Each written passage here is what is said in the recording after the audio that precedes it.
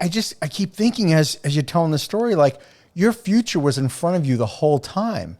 Like your Yeah. whole background with being brought up around juicing and health foods and everything that happened to you in the past happened for a reason. I know we hear that all the time. And, one of my favorite sayings that, that Tony Robbins had in my head always is that, life doesn't happen to us. Life happens for us.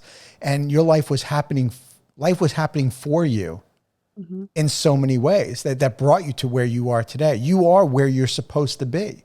It's so funny because within 6 months of opening the juice bar, Mm-hmm. I liquidated the market completely Okay. and I focused only on the juice bar. And I knew then within 6 months that I have found what I was made to be. I found my calling. I knew that that was what I was created to have, to build, Mm-hmm. to serve. So it's amazing going to work every day because I love it. It's what I was created to do. Yeah. So you opened you had the first company on location. This was like in what, 2018-ish? 2018, May 1st, 2018, I opened the doors. Nice. And yeah, and then we had COVID.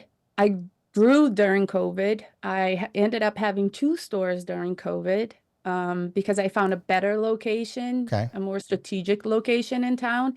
So I had two store at the same time in the same town for 6 months. Once COVID got lifted, I closed the first location and then I stayed only at the location that you see behind me. Okay. And about how big is the location now? 1,800 square feet. Okay. 1,800 square feet. And do you see as you're going to open locations, is that the typical footprint? It's ideal, but it can go smaller, it can go bigger, depending on how many seatings you're looking to get. But yeah, And so since you opened that first corporate location, what were some of the biggest learnings that you've had? before even thinking about becoming a franchise, there was a lot of like test and errors. Sure. I have a very amazing team member who's been with me since day zero. So I would come up with all the recipes and she would come up with all the measurements Mm-hmm. and the whole system of how we're going to do this so we don't have any waste or anything left over. She was the brains behind it. So I would create and she would execute. That is exactly what founders need. You always need the person that's going to complement your skill set. Yes. Not somebody who's exactly just like you and can do the same things you do, but you found exactly who you needed. Yes, I did. And it's so funny because she used to be a customer of mine and I loved her. And I said, Olivia, I have a plan of opening up a juice bar, but I'm only going to do it with you. She used to work at McDonald's. She was there for like, I don't know, 10 years and she was secured and Right. she left her job to venture into my dream. She left and never went back and she's been with me since. How amazing is that, right? That somebody believes in your dream. Yeah, it's phenomenal to have that support. Well, so you kind of grew up, I guess, really in an entrepreneurial family, right? Yeah, very entrepreneurial. So My you did get that mother, support. oh yeah, my mother is the foundation for me being who I am today. My mother, she grew up being the ninth out of 10 kids. So she had it tough. So she started a small little market, just Mhm. like I did. And she grew to the point where she had like the 16 wheelers in front of her store bringing her merchandise, weekly. She grew so much. And then she met my stepdad, who actually raised me, and he's a doctor. He retired now, but Mhm. he also is a pillar in my foundation. And then my mom left the market. She became a esthetician, then a nurse. So we always been in the health industry. So Mhm. my mother always had clinics, and my parents, and always helping people to look young and look skinny, Right. basically. Right.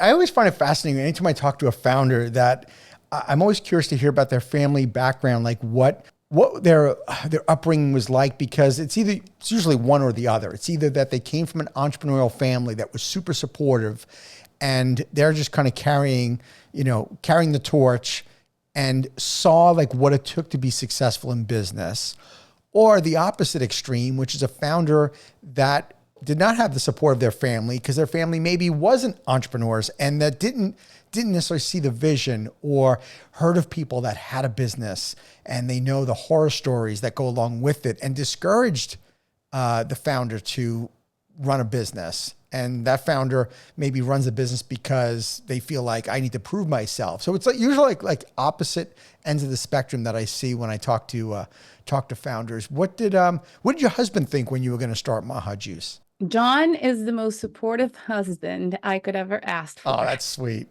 He's my biggest fan. He's my top customer. He goes to Maha every single day, multiple times a day, and he pays for his own food, which is hysterical. I tell him, you got to stop. And he goes, I can't, because if I don't buy it from you, I'm going to buy it from somebody else. Oh my gosh, that's great.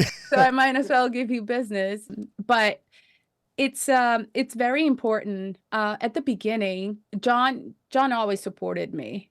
But a lot of people thought I was like, you're crazy. You don't even know what you're doing. And, blah, blah, blah. My children, because I had a market, they were actually bullied in school because I had a Brazilian Spanish market. Oh, So they gosh. were like embarrassed of that because the kids were so mean. Like, Mhm. "Ugh, my mom owns a Central Market," and they would hate that. So when I transitioned to the juice bar, within a few weeks, it became the point of the town. All the teenagers wanted to be there. Every kid wanted to be at the juice bar. So the whole thing shifted, and Right. they started seeing like, oh, mom is into something here. Uh-huh. And they saw the evolution from the market, the suffering of the market, to becoming a success story in town. And the whole town just embraced us and supported us. And, from the town manager to the local TV, the schools, everybody. And it became like the spot to be. And all Wow. the kids were like, "Oh my God, your mom owns the juice bar." A So little bit of celebrity going on there, right? You're like a yeah, local celebrity. it actually, yeah, that's how it happened. It's so funny because like even at the schools, my kids go, "Oh, mom." Sometimes a teacher asks who my mom is, and I have to say, and everybody goes, "Oh my God, your mom owns the juice bar." So it's so cute to see, That and they're so is. proud. Thank you for tuning into the Emerging Franchise Brands podcast. For additional insights, guest applications, and to stay connected, visit us at efbpodcast.com. The Emerging Franchise Brands podcast is for entertainment purposes only, and the views expressed do not necessarily represent those of Emerging Franchise Brands, its host Frank Fumey, or Emerging Franchise Group LLC. Any discussed franchise or investment opportunity requires thorough investigation, obtaining proper disclosure documents, and expert consultation before making any investment decisions. The podcast and its host do not offer professional advice or endorsements, and they hold no responsibility for actions, representations, accuracy, or consequential damages related to the podcast content.